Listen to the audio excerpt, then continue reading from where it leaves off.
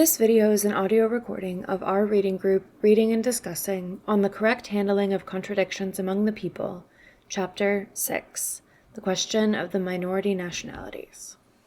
Our reading groups are open to the public and we encourage discussion of any ideas people bring to the table, but this also means some of the ideas expressed in this discussion might not reflect the actual views of our party on any level. With that said, we hope you enjoy our reading and discussion of Chapter 6, the question of the minority nationalities. Before we start reading the question of minority nationalities here, I wanted to give some context for this chapter. This chapter is a very surface-level discussion of the national question and does not address the issue of minority nationalities in instances of settler colonialism. While it's undeniable that in China, the Han ethnic group has implemented colonial conditions on many of the minority nationalities within China, and that many ruling dynasties had clear Han favoritism during the imperial eras, it's also true that there were also periods of rule by certain minority nationalities, including the most recent and final dynasty, the Manchu Qing. And due to the sheer size of the empire and feudal administrative structure, even the most Han supremacist administrations had to allow for some local administration.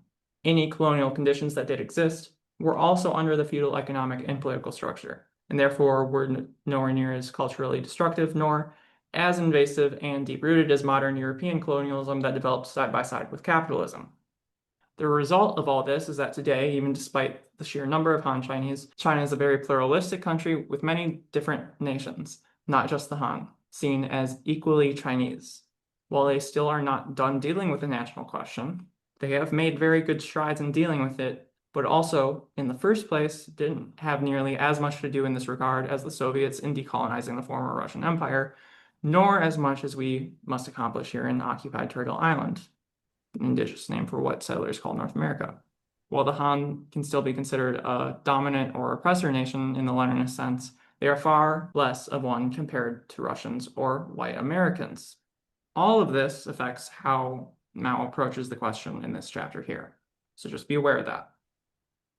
If you want some recommendations to get into the national question in decolonization, we have a bunch of options here, and this is what we recommend. You can pause the video or whatever, and I will make sure to link texts that are on Marxist.org and possibly also look for other places where they are if they're not on Marxist.org. And then I'll also link all the videos in the description. All right, we can get on to reading. Minority nationalities in our country number more than 30 million. Although they constitute only 6% of the total population, they inhabit extensive regions which comprise 50 to 60% of China's total area. It is thus imperative to foster good relation between the Han people and the minority nationalities. The key to this question lies in overcoming Han chauvinism. At the same time, efforts should also be made to overcome local nationality chauvinism wherever it exists among the minority nationalities. Both Han chauvinism and local nationality chauvinism are harmful to the unity of the nationalities. They represent one kind of contradiction among the people which should be resolved. We have already done some work to this end. In most of the areas inhabited by minority nationalities, there has been considerable improvement in the relations between the nationalities, but a number of problems remain to be solved. In some areas, both Han chauvinism and local nationality chauvinism still exist to a serious degree, and this demands full attention. As a result of the efforts of the people of all nationalities over the last few years, democratic reforms and socialist transformation have in the main been completed in most of the minority nationality areas.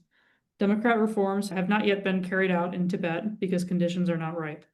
According to the 17th article, agreement reached between the Central People's Government and the local government of Tibet, the reform of the social system must be carried out, but the timing can only be decided when the great majority of the people of Tibet and the local leading public figures consider it opportune, and one should not be impatient. It has now been decided not to proceed with democratic reforms in Tibet during the period of the second five-year plan. Whether to proceed with them in the period of the third five-year plan, it can only be decided in the light of the situation at the time. Thank you very much. I only have one question for this section. In our own situation, we will have to do a lot of decolonization. There are bound to be a number of indigenous nations with autonomy or full independence from the larger Union of Turtle Island that will be created once decolonization is begun. Should each nation be made to be socialist? No. Yeah, no, they can figure that out on their own. That should be their own decision. Mm-hmm. think it's the natural course of things. Like it'll happen on its own. Right.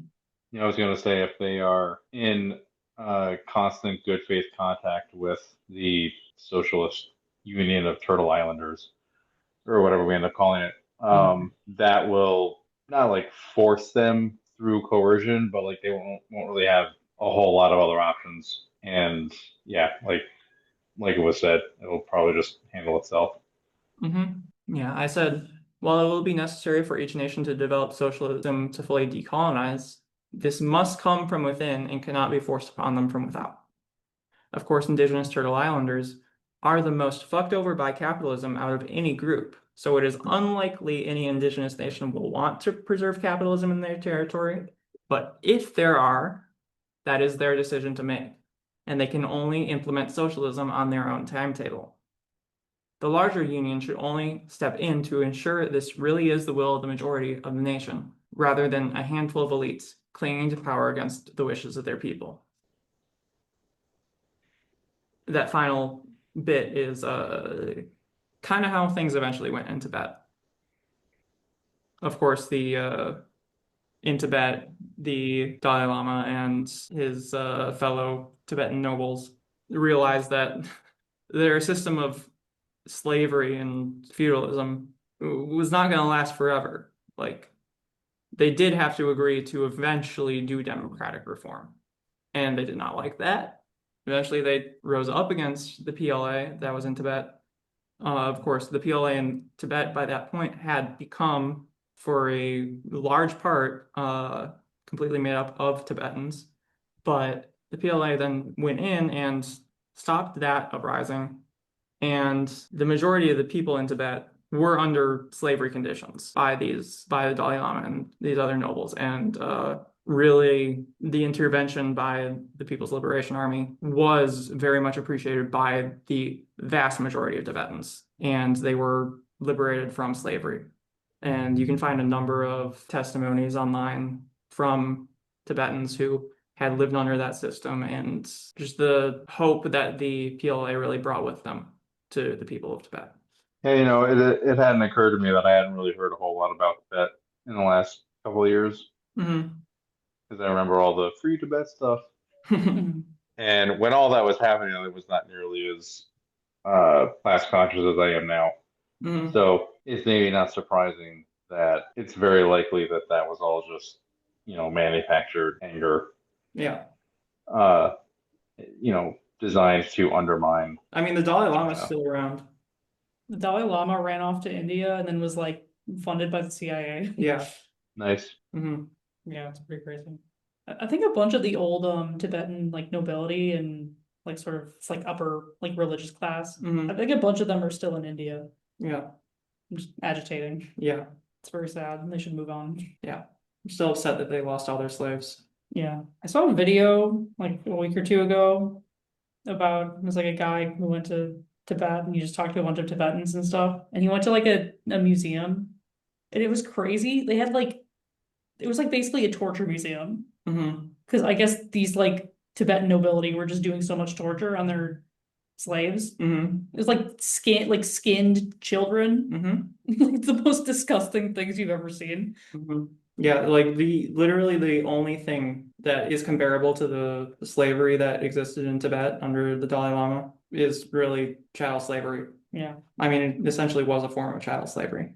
Yeah, I mean, it seemed to be in perpetuity and through the generations. Yes. The more you know. I had no idea. Any other final thoughts on this section? I thought it was funny. Mao kind of both sides the Yeah. chauvinism, which I thought was kind of interesting. Yeah, that honestly is a little bit annoying, but Yeah. like these two things are not It's equal. like, yes, chauvinism is bad, full stop. Yeah. However, one kind of chauvinism is definitely more harmful than the other. Mm-hmm. If there is so-called chauvinism, if it really even is that, from a minority nationality, it is likely because they are experiencing chauvinism of the dominant nation.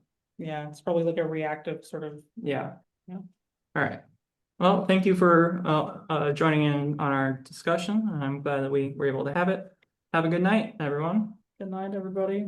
Good night. Thanks for coming out. Thank you for watching this recording of our reading group, and thank you to everyone that attended. We hope you got something out of this. This is the final video before our next reading group on October 28th, at which time we will discuss chapters 7, 8, and 9.